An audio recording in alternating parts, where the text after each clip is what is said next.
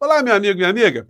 Você que torce por algum clube de futebol, ou mesmo você que não torce por time algum, mas acompanha os acontecimentos do mundo do futebol, certamente já deve ter visto em algum momento, quando da entrada de um time no gramado, haver ali uma saudação por parte da torcida queimando fogos de artifício.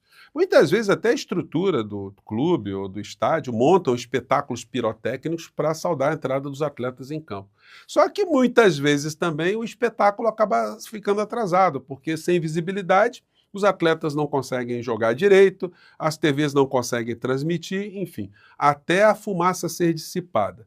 É mais ou menos o que está acontecendo hoje nessa grande partida do jogo político aqui no Brasil, mexendo com as estruturas, sobretudo do direito constitucional. Essa gente da extrema-direita, eles ficaram numa euforia muito grande, soltando fogos nesses últimos dias.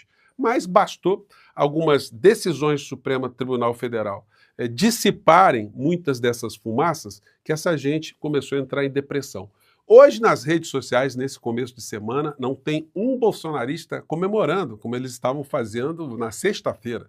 É proporcional, né, como eu disse para vocês, esse contraste entre a euforia baseada numa ilusão e o choque de realidade ali vindo por decisões do Supremo Tribunal Federal. Bom, vou conversar com vocês sobre o que está acontecendo, que decisões são essas, o que essa gente está tentando fazer, porque eles já estão preocupados, porque nós já estamos enxergando com muito mais nitidez para onde o time dessas criaturas estão indo. Ou seja, para o estádio da Papuda, para o estádio de Bangu 8 ou para o estádio da Colmeia. Bom, antes de entrarmos nos temas, quero convidar você que está chegando agora no nosso portal, ainda não nos conhecia, para que, em primeiro lugar, você se inscreva aqui conosco, né, e se intere aqui com os nossos outros vídeos. Se você gostar, compartilhe, recomende para seus amigos, seus parentes. Nunca se esqueça de dar o seu joinha, seu comentário e, se puder, prestigie também nosso clube de membros. Você que é muito bem-vindo e muito bem-vindo. Gente, olha, é absolutamente previsível, né? Você que acompanha o nosso portal deve ter um sentimento também muito parecido com o meu, quando você enxerga ali que a figura está colocando todas as suas emoções, os seus atos em cima de ilusões, e você sabe que a realidade concreta vai bater nessa pessoa, vai bater no rosto dessa pessoa. A gente fica aguardando o resultado e depois a gente só pode comentar aquilo que eu sempre tenho brincado aqui com vocês, né? Esperou o contato veio. E então agora está lá o corpo estendido no chão, né? Matérias de hoje. Oposição cobra Mota por providências após STF suspender a ação que tem Ramagem e Bolsonaro como réus. Presidente da casa ainda não se manifestou. Gente, se depender desses deputados ladrões, porque o que está de pano de fundo no meio dessa história, e por isso que eu estou chamando-os de ladrões, é porque isso faz parte de uma estratégia de tentar emparedar o Supremo Tribunal Federal para que o Supremo Tribunal Federal não crie problemas para o uso de verbas secretas. Ou seja, os criminosos, eles querem que o Supremo Tribunal Federal pare de interferir nesse tipo de situação. E para isso eles estão usando o caso do Ramagem e do Bolsonaro para esse tipo de chantagem. Só que é o seguinte, o Hugo Mota também, ele não é uma figura que a gente possa chamar de frade franciscano na política. Ele se chocar ali diretamente com o Supremo Tribunal Federal, numa estratégia de continuidade golpista, olha, a situação para ele vai ficar muito delicada. Porque tem um negócio muito curioso, né, gente? Quem é deputado dependendo de mandato. A pessoa tem que estar se reelegendo o tempo todo. Os ministros do Supremo Tribunal Federal, eles são vitalícios até atingirem a idade limite. Então, eles não vão sair. Eles só saem quando estão já com uma idade que eles têm que se aposentar. Mas o ministro Alexandre de Moraes, por exemplo, ele vai se aposentar no ano de 2044.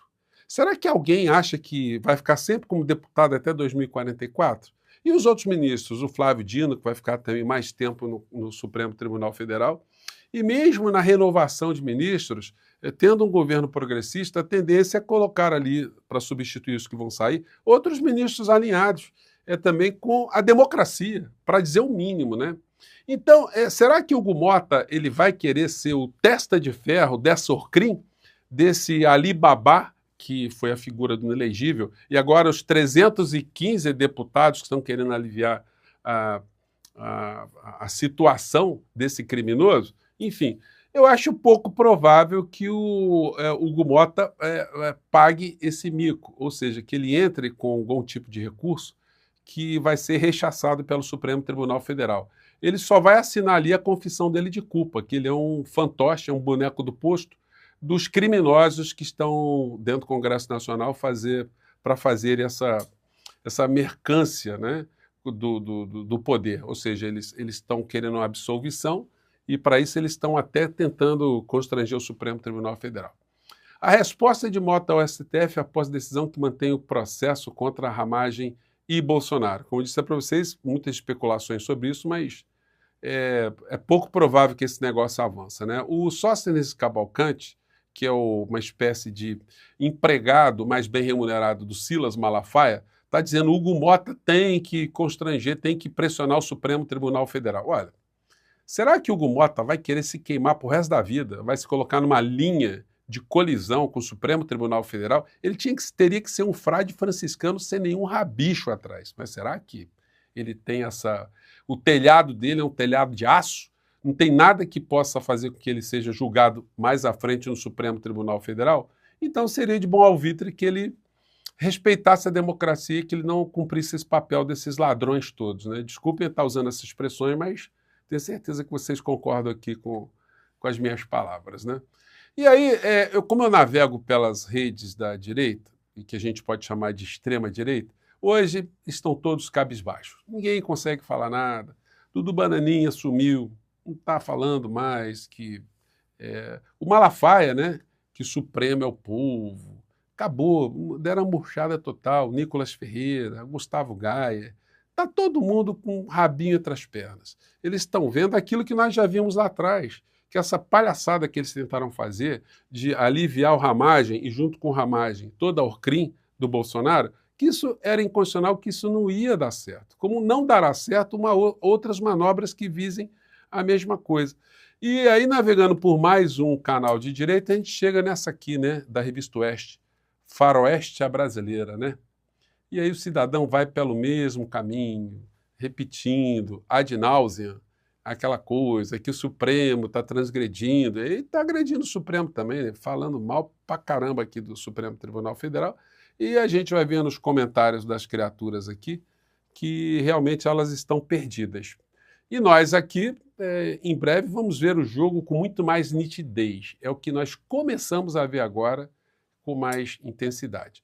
A figura do Deltan Dallagnol, gente do céu, o novo aliado poderoso de Bolsonaro contra o STF. Então, o tempo todo eles vão criando seus fantasmas, seus heróis, né? Os marcianos que vão invadir aqui para sequestrar o Alexandre de Moraes. Então, o fato que ele está dizendo agora é o seguinte: o Centrão está com Bolsonaro. O Centrão, que é o tal do aliado poderoso.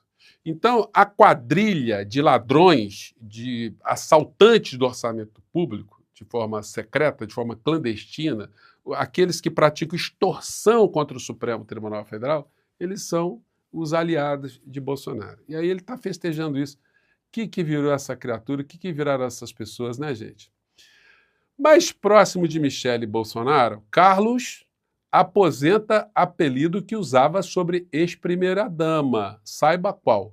Vocês já ouviram falar, gente, no apelido que o Carluxo dava para a Michele? Eu nunca tinha ouvido, não. O apelido é Xuxa. Nas internas, o Carluxo, as pessoas mais próximas, chamavam a Michele de Xuxa, sem ser um apelido elogioso, já que eles não se davam. Eu fiquei curioso, qual a relação que tem a Xuxa com a Michele Bolsonaro? A Xuxa deve ter ficado preocupada quando ela soube certamente dessa situação, né? Mas de seu comentário para cá, você que é muito perspicaz, por que será que aconteceu esse tipo de situação, hein? A Michele ser chamada de Xuxa.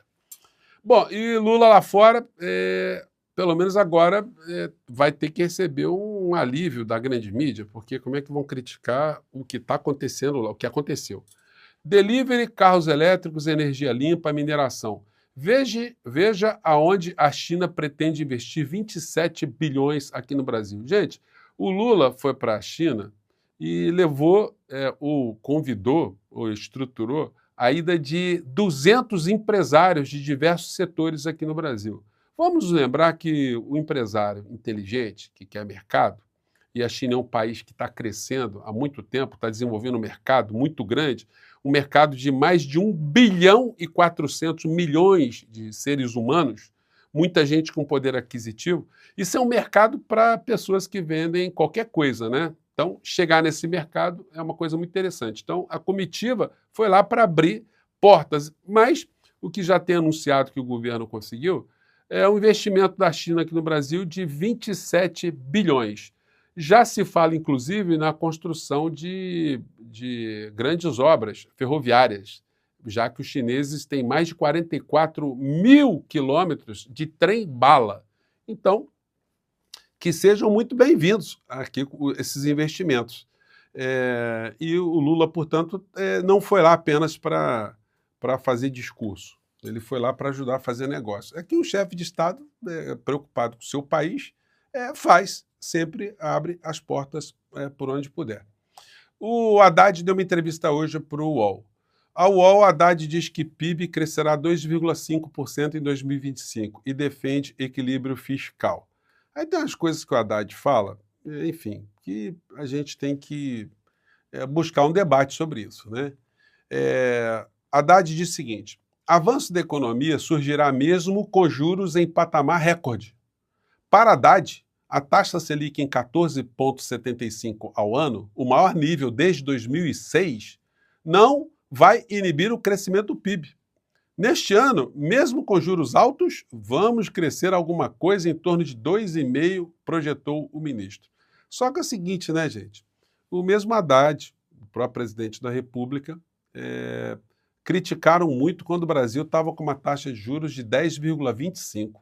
Então, esse discurso do Haddad, conformista, olha, de 14,75, não vai inibir. Inibe sim, mas será possível que ninguém enxerga isso? Só o Haddad está enxergando que 14,75% taxa de juros não vai inibir o crescimento? Se vai crescer 2,5%, se nós tivéssemos uma taxa de juros aqui no nosso país nos mesmos níveis, na mesma linha que os países desenvolvidos praticam, certamente esse crescimento do Brasil seria de 3,5%, 4% ao ano ou mais, como a gente já teve. Nós não podemos ficar contentes com o crescimento pífio de 2,5% num país que tem tudo a ser construído, com um abismo social gigantesco. Uma coisa é a Alemanha crescer 2,5%, o Japão crescer 2,5%, com tudo feito já nesse país. Outra coisa é nós aqui, a África, países africanos, países em desenvolvimento, estarem crescendo esse tipo de taxa. A gente vai conseguir ter uma melhor condição de vida para a maior parte do nosso povo em quantas décadas? Com crescimento pífio de 2,5% mediante as nossas necessidades, né? Bom, o nosso portal serve para isso, para jogar algumas questões para a sua reflexão. Espero que eu esteja atingindo o objetivo, né? Gente, mande seu comentário para cá. E por que a Michelle tem esse apelido de Xuxa? Fiquei curioso, tá? Fico por aqui, um grande abraço, até o nosso próximo encontro. Tchau!